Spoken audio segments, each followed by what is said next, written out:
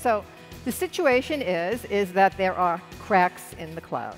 So what do we mean by that? Cloud, the figures for cloud are terrific. Cloud sales are increasing.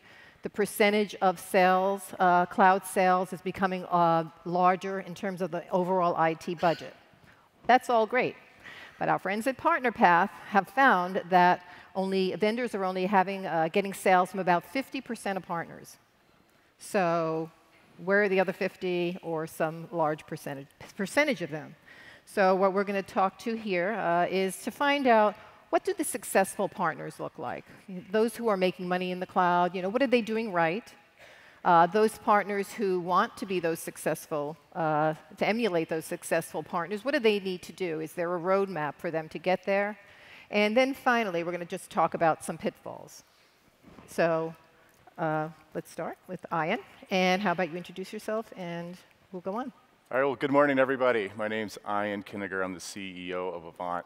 I know this is a master and distributor panel. Yes. But I think we're all evolving a bit. So right. What we're claiming and talking about is sales enablement. So we're focusing more on the sales enablement platform, followed up with more research. So the value we're bringing to this audience today is a little bit different than just a portfolio. We're trying to be more progressive. Okay. Based in Chicago. Yes. So let's go with the first question.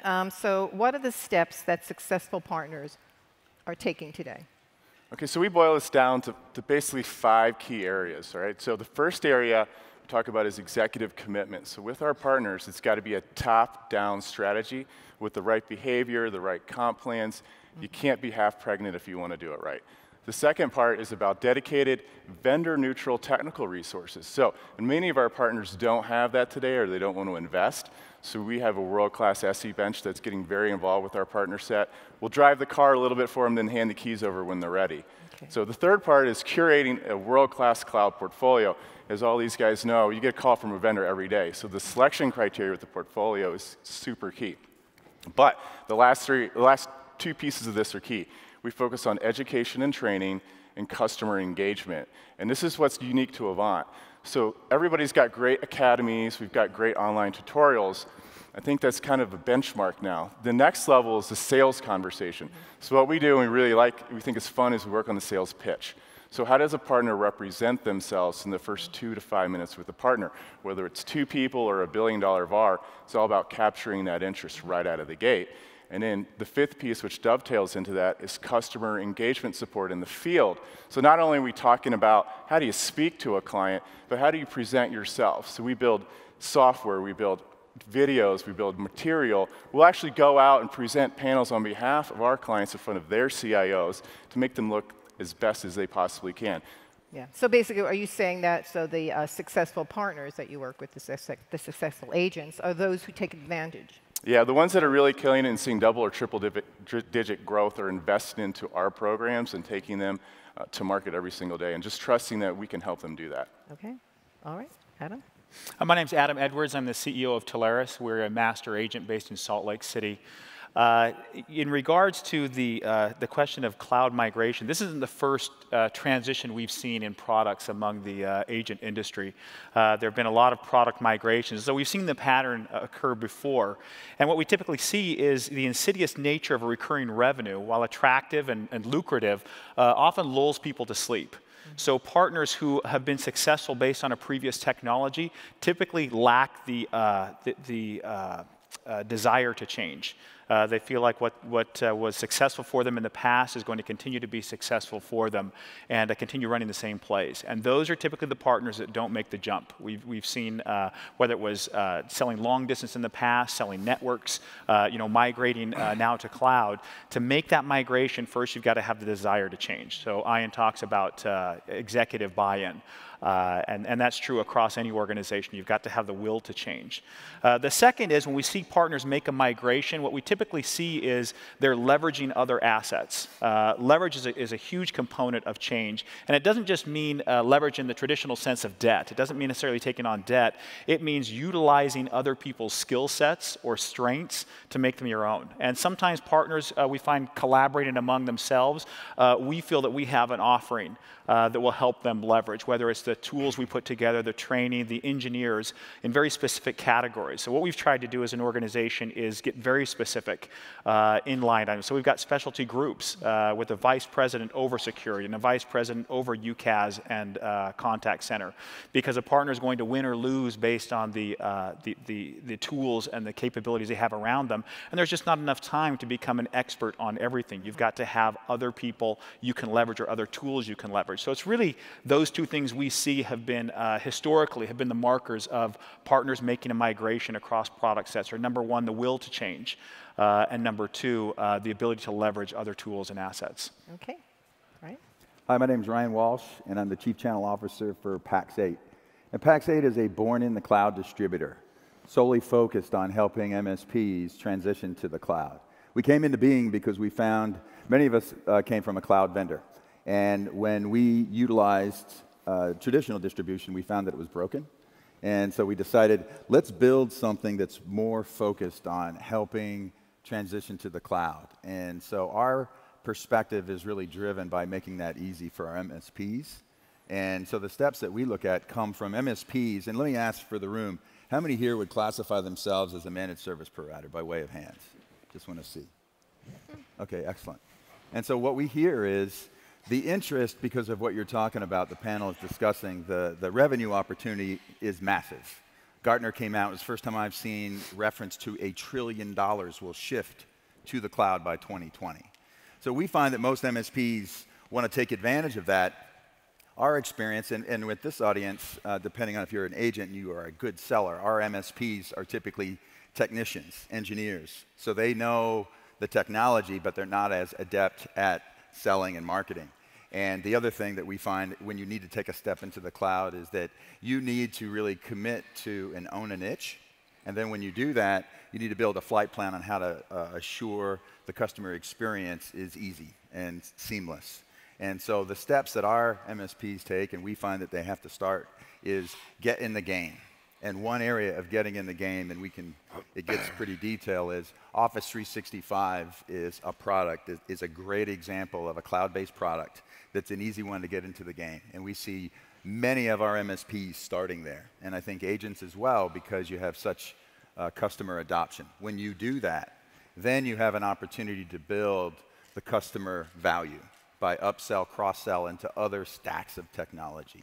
And so we believe that to do that well in the cloud, you need to automate. And this is something that we see most successful MSPs embracing the automation for those that provide it. Yeah. Okay, Jay?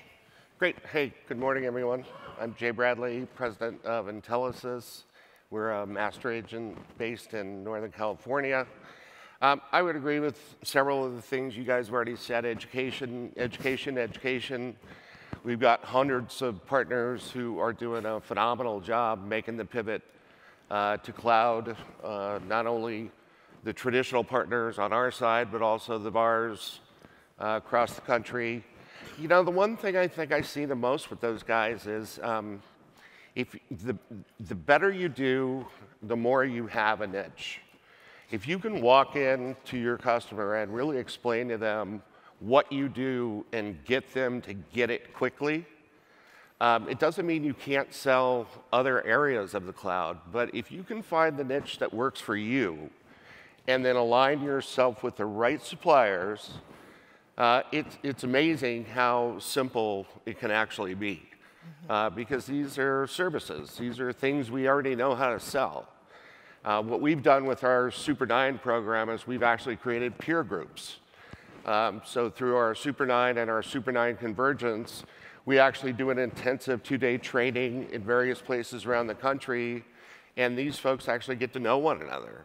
And so as they go through the experiences of making that pitch, aligning with the right suppliers, building a very simple message, then they follow up with one another, kind of hold each other accountable, share their experiences, and tweak it from there. So, you know, with most things in business and in our industry, if you can find a niche that works for you, where you have credibility walking in the door with the right partners, with the right sales engineers by your side, whatever the resources are that you need, this is something that is happening, and it's not that difficult. Great. Great. So clearly, you're saying there are certain things that partners need to do. You need to have the commitment, the upper level commitment, perhaps some specialization, a certain niche. So I'm going to just take a guess. This may or may not be true, but I would think those who are out of the gate first might be among those 50% who are selling cloud today. And I think from numbers, they may be selling 2, 3 cloud solutions. But there still has to be a roadmap. It's like everyone was just kind of out of the gate, they're running. But to make it really profitable, to make it a good practice, and to kind of maybe, shall I say, rein it in. So what steps? Is there a roadmap? It's like, okay, great, 50%. You want, the partners want more, and you would like partners to sell more. So what are steps? Are there specific steps that you could say on a roadmap to get there? Those who, both for those who started and for those who want to get going. Yeah. Yeah. Can I start? Oh, sure, if you want to start. Great, I'll jump in. If you don't mind. I was just, what we're seeing is, you mentioned that if your revenue is more than 50% from cloud services, studies show, we're finding this to be true, you're growing faster, your profitability is better. What we hear from MSPs is they hear the demand, and it can come from many places. To really take advantage of growing beyond that 50%, that roadmap says take a look at what your niche is, what are you focused on, whether it's geography, whether it's on a function like security. But the key here is building a flight plan that allows you to take advantage of those things that your customer base wants and giving it to them quickly. And these things aren't always talked about with regards to the customer experience, but nowadays you really have to make available these cloud products instantly. They're not waiting to get those products a week, 2 weeks. They want it instantly. So the steps and the flight plan, if you will, needs to look at those adopted products and what goes well with other things. We've seen that there's a technology stack of solutions that partners want and customers want. And so if you make it easy for them to access those products and make it easy to bill, this is something that is a part of the steps that we focus on. If you own the billing, you can own the relationship. And so if you take that combined with making it easy and fast to get access to those products that go well together and cast visibility to it, you can grow your account strategically. So if you start with Office 365, there's not a lot of margin in that. What you're really looking to do is attach other products that go with it that do have good margin, and most importantly is the services, managed services that attach to that dollar of revenue. That's really where the money is made. I think Microsoft put out a study that said, on average, their MSPs are attaching over $4 for every $1 of cloud products sold. And that's the way to win, I believe, in the cloud and grow beyond 50%. Okay, we're going to come back this way. All right. Ed? What's interesting is Ryan deals with MSPs, and we were actually chatting before the panel about the differences in our worlds. And I think it's fascinating that MSPs I view as much more engineer-centric. They have personalities like engineers. I want to understand the entire technology before I sell it. The agent world is full of sales personalities, where I want to jump out and be successful. How much does that pay again? And they'll jump into an opportunity, not that they don't want to understand it, but I think are much quicker. One of the points that Ryan made was have it on your billing and then you can sell these adjacencies, where an agent would not agree with that. An agent doesn't want to bill. An agent wants to get in and sell.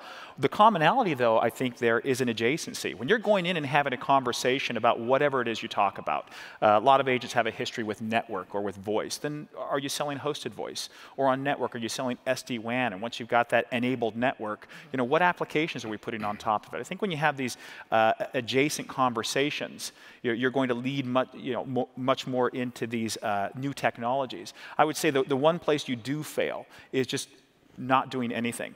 The worst thing you can do is not doing anything. Going out there and falling on your face, I think, is fantastic because you learn. And the reality is most partners who get into a situation where they're over their head don't fail. They come back for resources, the technical resources, whether it's a sales engineer, some education, some tools they need to help them, enable them in that sale, and they ultimately do succeed, even in the first attempt. So with the worst case being failure, and the best case, succeeding to that first attempt, there's really very little downside to trying something new. And so when you talk about a roadmap, the first step to that is just opening up the conversation with an adjacent technology. Then you bring in the tools. Well, again, the agent personality is not to go out and get certifications off the bat. Typically, they're looking for the need first. And most of their training is coming in the moment rather than prospective training. They're looking for training on the job in the moment. And that's where we find the best training happens, is when we put resources behind them in an opportunity and help uncover some of those adjacent opportunities. Great. Right. So I'm going to agree with both these guys. And I think figuring out where your moment is the key. So for the first time ever, we actually have some quantifiable data on where to start this conversation. So we're releasing the results from the Channel Partner Cloud Survey that you guys participated with us this week, which is really fascinating. So we looked at partners just like yourselves, the ones in the room doing the business with the suppliers that are here. So this is real world things. We looked at 14,000 deals across 9 product categories, right? And we came out with 2 major themes. The first theme was everybody landed in 2 buckets, either a lean back partner or a lean forward partner, and they had different needs. The second theme was what we're calling a channel risk score or assessment. So starting with that can be key. So let me give you a little bit of additional detail on that. So the lean back partner had their needs started with things like deal registration, spiffs, product training. The lean forward partner looked for things like responsiveness, sales enablement, tools, right? And there was a laundry list, which is available in our survey, of what these needs are, trying to figure out where you land. So then we looked at this whole risk thing. So it was very interesting to see how vulnerable some of your businesses can be. So now we have a benchmark where you can look at the data, see where your risks are, and I'll give you one example, and this ties to what Ryan said. People selling cloud security, which is one of the more advanced offerings in this community, are selling traditional data and voice networks 82% of the time. So now you have the traditional legacy partner selling data and voice competing with another level partner. And so there's a risk score. So we can benchmark that per product category. So now you can go in and say, hey, I'm not good in security, but I am good in UCaaS. What's my risk assessment versus the new competitors entering this market? So I think it's fascinating. The results are amazing. We're publishing them publicly on goavant.net/survey. Even let these guys check it out. So it'll be really fun. And also in our lounge in the back, we've got all the data. So if you want to come back and sit with us and do an assessment on where you guys should plan to be, again, rounding out the portfolio is key in looking for those weaknesses. Okay. Okay. Yeah, I love all the research. I love all the born in the cloud players. We've done great putting our portfolio together. I used an example yesterday because it always comes down to this. You have to be simple in your approach. You have to believe in it. You have to commit to it. I think the example I used yesterday was what happens when you tell your dog to sit and say the word cookie, right? Just something that simple. If you think about how you make your pitch so that you immediately get your prospects' attention and then they immediately see that there's something in it for them. The data's great. All the complexity is wonderful. The opportunity is wonderful. Everybody in this room has the most amazing opportunity to shift their business and make a whole bunch of money on this whole transformation to cloud. Simplify your message. Simplify the resources that you think you need, whether it be with a master agent, whether it be with an organization like Super9 and a peer group, whether it be with a group of sales engineers that you know will support you. Look at the resources you need, simplify that message, go to market with it. Okay. So we'll start with you, Ian. A pitfall. Just name 2 pitfalls that are just like, you just don't want to go there as a partner if you're going to play in the cloud. Or you've already seen them do this. And yeah, so I think poor supplier selection can be a huge pitfall. And I think fear, to Adam's point, is the next one. And when I talk about supplier selection, I'm going to give this panel a lot of credit. I think it's underappreciated the amount of work that goes into vetting and doing the due diligence on the supply side. So the legacy partner of 5 different telecom carriers, not so much. We're in a lean back position protecting business and revenue. But when we're leading forward and I get a call from a cloud guy every day, we have to be very careful who we're working with. And if you can't substantiate history, you can't reference wins, and you don't feel that confidence, then you're not setting yourself up for the next 5 to 10 years. And I think every day we are working together trying to figure out who's going to be the winner, who can we invest in. One of the big guys like Google and Amazon and Microsoft do make it hard for a lot of this community to work with, right? They're not as channel friendly. Maybe if you're VAR, you have a little edge in some of those areas. So what's the rest of that portfolio need to look like? Where are you going to capture share, and who's going to pay your residuals forever? Those are key things that, if not done correctly, you're going to have a short life in this space. Yeah. You know, as I look at pitfalls, I'll tell you the one that stands out to me is not using the resources available to you. I travel a lot around the country. We visit partners everywhere. And when we sit with them, it is amazing to me how many partners are not aware of the tools available to them. Primarily our tools, that's what I look at first, of course. But the tools available here from the master agents on this panel are amazing. We put a lot of money into people and resources and tools. And what's amazing to me is anyone who's going it alone and trying by themselves something new without making available to them all the resources out there, I think is making a huge mistake. I get it's crowded. The crowding out right now, there's so many local channel managers vying for the time of a selling partner. And the top partners are shutting their doors because they just don't have time. They're out selling and they can't take every call or go to every dinner or have every beer. Some try, but they can't take up every appointment. But what I would encourage you to do is make time to discover, make time to be aware of the tools and resources around you. There's a lot made available to you, and they can really help accelerate your success. Yeah, that's a good one. Good answer. Yeah, I've got two. One is waiting. We deal with a lot of IT service providers who are in a different business, whether it's just reselling, break fix, pro services, and they're busy. They have day jobs. Waiting, this will make you vulnerable. And if you're waiting, you're not embracing, how do you take advantage of these cloud services and managed services around them? You're risking your customer base, so don't wait. And the statistics show that you'll grow faster and you'll make more money if you do. The second thing, I totally agree with Adam, that going alone. There is a lot of expertise, and that expertise is resources, but it's also what not to do, what didn't work.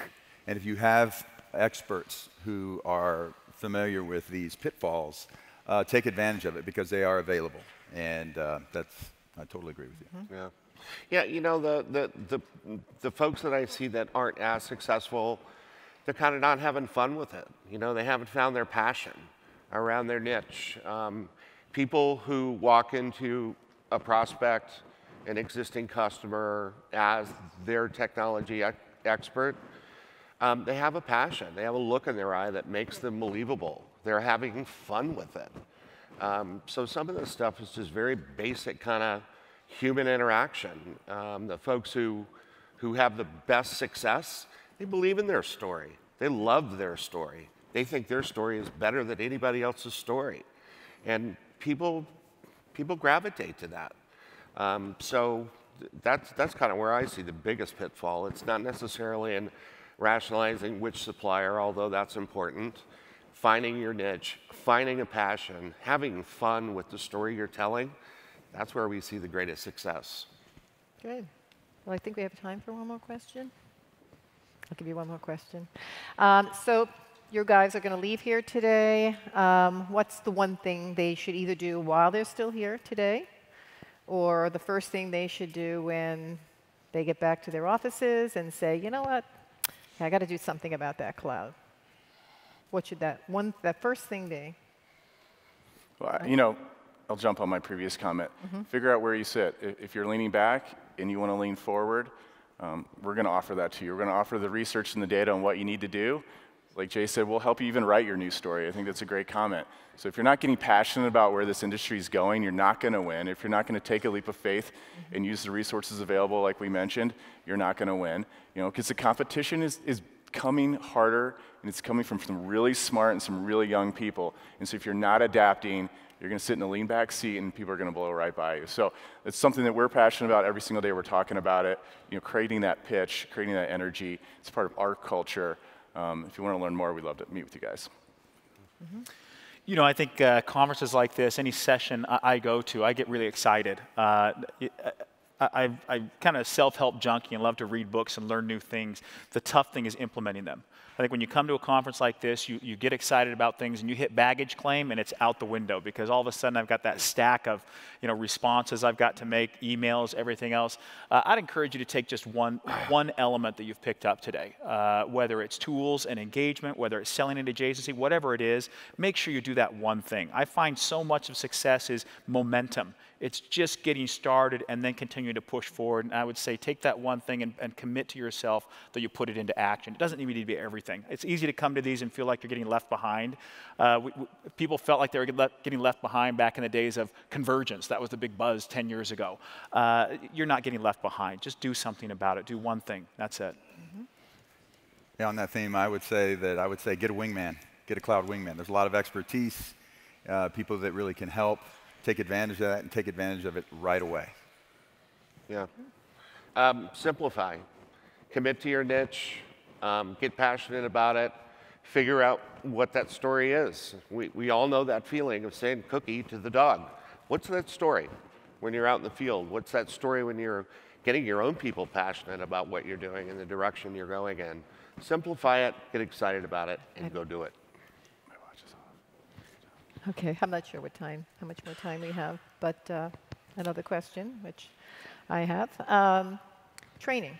Training, I know, is like really important, and you all talked about training as an important element of being successful. So where do you get started? Like, again, this whole cloud, pursuit can be enormous. So is there a particular type of training that's good to get yourself going or to get yourself back on track if you've already, are venturing in the cloud? Yeah, so, I think we've all mentioned that training is where it starts, right? Mm-hmm. Jay's got Super 9, we've got Special Forces, we've got one in May in Chicago, which will be outstanding. Mm-hmm. And I think what we're doing is bringing real-world examples and use cases and hands-on, which I think is different than the legacy training. So we're no longer bringing providers in and saying, hey, here's our products and features. We're talking about how to solve business problems. We're talking about what's the differences between this type of SD-WAN and this type of UCaaS, right? One of the things we do I think is really interesting is we have a battle lab in Chicago. So we actually touch the products that we can. We spin up all the UCaaS providers. You can come in, you can demo them, you can bake them off. So once you touch, feel, and work with the products, which is kind of hard in our virtual world, I think there's a level of comfort you have, right? A level of confidence to instill. So that stuff gets things done, but I'm going to go back to my very first comment. It's the story, like Jay mentioned, it's the pitch. Like, can you confidently deliver your message, and then we can back you up? Because all you got to do is open a door, get a customer excited, and there's enough resources, your wingman, whatever, to help you see those deals through. Make sure you've got the right talented, pick the right talented partner, right? Because the bad one can take you sideways, but we all make investments in the high-quality people. So I think that's where it all starts, and there's plenty of resources, online, in person, and videos too. All right, I have to leave it there. I'm getting the sign. So thank you all very much, and thank you. I appreciate it. Thank you very much.